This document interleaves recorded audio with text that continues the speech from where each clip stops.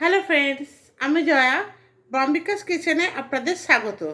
আজকে যে রেসিপিটা নিয়ে এসেছি সেটা আপনারা শেষ পর্যন্ত দেখুন, এটা আমার অনুরোধ।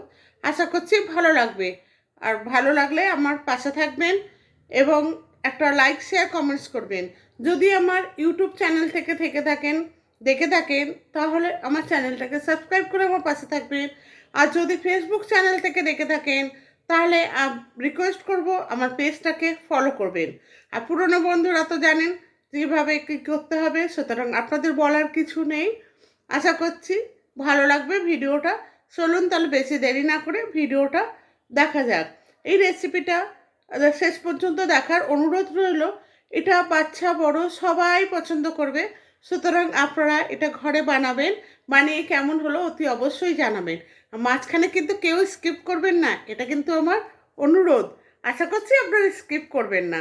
চলুন তাহলে রেসিপিটা দেখে নেওয়া যাক। আমি রেসিপিটা বানানোর জন্য এখানে পেঁয়াজ পাতা নিয়ে নিয়েছি। পেঁয়াজ পাতাগুলো তলায় পেঁয়াজও আছে নিচটায়, সেই রকম ধরনের পেঁয়াজ পাতা নিয়েছি। নিয়ে পেঁয়াজ পাতাগুলোকে ঠিক এইভাবে কেটে নিয়েছি। দেখুন, প্রথমে ছাড়িয়ে নিচ্ছি খোসাটা, নিয়ে এভাবে কেটে নিচ্ছি। ঠিক এইভাবে কেটে নিয়েছি। আমি আলুও কেটে নিচ্ছি ঠিক আলু ভাজার মতো, ওটা আমি দেখাইনি, দেখাতে ভুলে গেছি। আলু ভাজা দিয়ে এবার এখানে আমি দিয়ে দিচ্ছি 1/2 চা চামচের মতো হলুদ গুঁড়ো। সব সবজিগুলোকে আমি ধুয়ে নিয়েছি। এখানে আলু আর ওই পেঁয়াজ পাতাই দিয়েছি, আর কিছু দিইনি। আর যে পেঁয়াজগুলো নিচে লেগেছিলো সেই পেঁয়াজগুলো চপ করে দিয়ে দিয়েছি। এবার দিয়ে দিচ্ছি স্বাদ মতো লবণ। সেই পেঁয়াজগুলোই এখানে দিয়েছি। আর দিয়ে দিচ্ছি 1/2 চা চামচের মতো জিরে গুঁড়ো।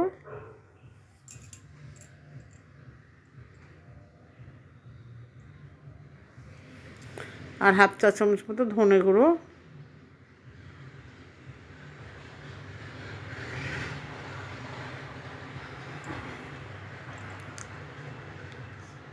আর এখানে আমি আদা, রসুন আর কাঁচা লঙ্কা, এটা আমি পেস্ট করে রেখেছি, সেই পেস্টটা আমি এখানে দিয়ে দিচ্ছি। এটা পেস্ট করে রেখেছিলাম, সেই পেস্ট করা আদা রসুনটা আমি এখানে দিয়ে দিলাম।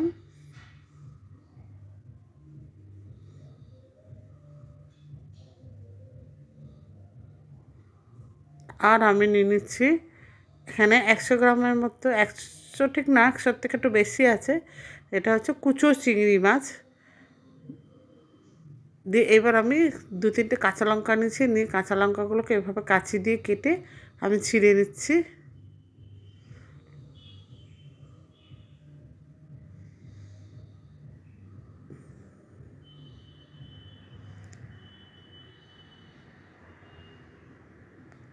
আর আমি 2টো কোয়া রসুন নিচ্ছি, নিয়ে রসুনগুলোকে এইভাবে কেটে টুকরো করে দিচ্ছি। এটা অপশনাল, আপনারা চাইলে দিতেও পারেন, নাও দিতে পারেন, তবে দিলে টেস্টটা খুব ভালো হয়, সেই জন্য আমি এটাকে এরমভাবে কুচিয়ে দিয়ে দিচ্ছি।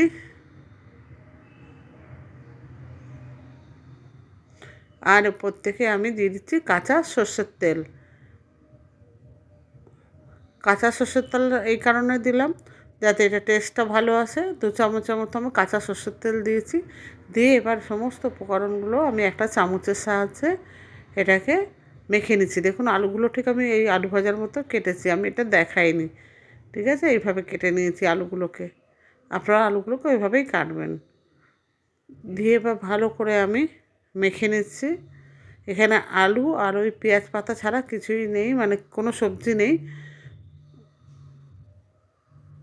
বাকি সব হচ্ছে মশলা।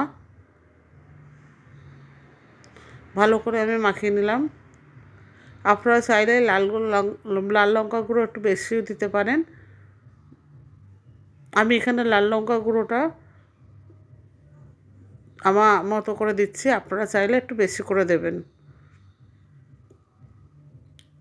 আমি যেহেতু কাঁচা লঙ্কাটা বেশি দিয়েছি সেই জন্য লাল লঙ্কার গুঁড়োটা আমি একটু কম দিলাম। ঝালের পরিমাণটাও আপনাদের উপর নির্ভর করছে, কারণ আপনারা কিরম ঝাল খেতে পছন্দ করেন সেইভাবে আপনারা ঝালটা বাড়িয়ে কমিয়ে নেবেন। এবার মাখা হয়ে গেছে। আমি এবার কড়াইতে একটু তেল দিয়ে দিচ্ছি। তেলটা গরম হয়ে গেছে, 2 চামচের মতো আমি তেল দিয়েছি। আগের থেকে আমি বসিয়ে রেখেছিলাম। এবার আমি কড়াইতে ওই একটুখানি দিয়ে দিচ্ছি কালো জিরে, মানে হাফ চা চামচের মতো কালো জিরে দিচ্ছি। কালো জিরেটা একটু গরম হয়ে গেলে আমি এর মধ্যে দিয়ে দেবো,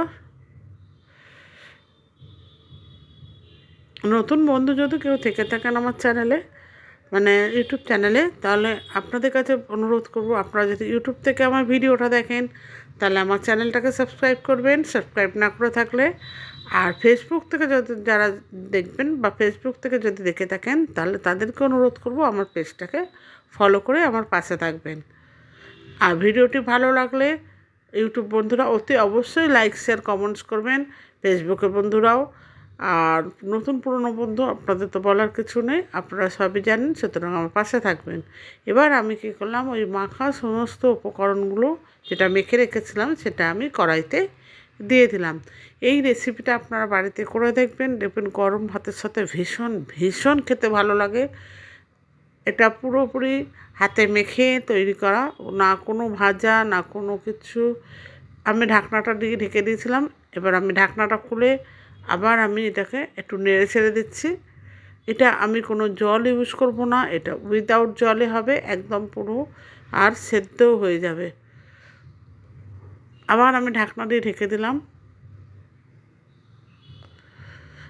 এবার আমি আবার নেড়ে ছেড়ে দিচ্ছি।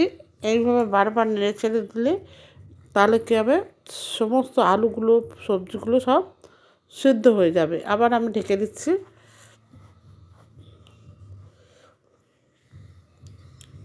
আবার আমি নেড়ে ছেড়ে দিচ্ছি হালকা হাতে। এটা কিন্তু কুচো চিংড়ি মাছ দিয়েই করা, তো চিংড়ি মাছের চচ্চড়ি। আবার আমি ঢেকে দিলাম। আবার ঢাকনাটা সরিয়ে আমি ভালো করে নেড়ে চেড়ে নিচ্ছি। এটা হয়ে গেছে রেসিপিটা।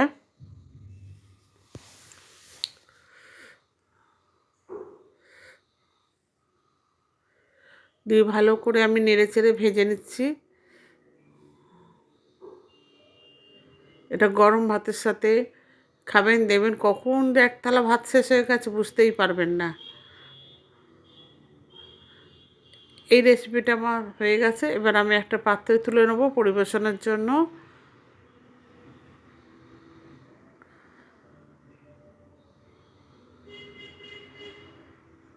বন্ধুরা, ভিডিওটা ভালো লেগে থাকলে অতি অবশ্যই লাইক শেয়ার কমেন্টস করে আমার পাশে থাকবেন। আজকে আমি এখানে এই ভিডিওটা নিয়ে এসেছি। আগামী দিনে আমি আবার একটা নতুন ভিডিও নিয়ে আসবো।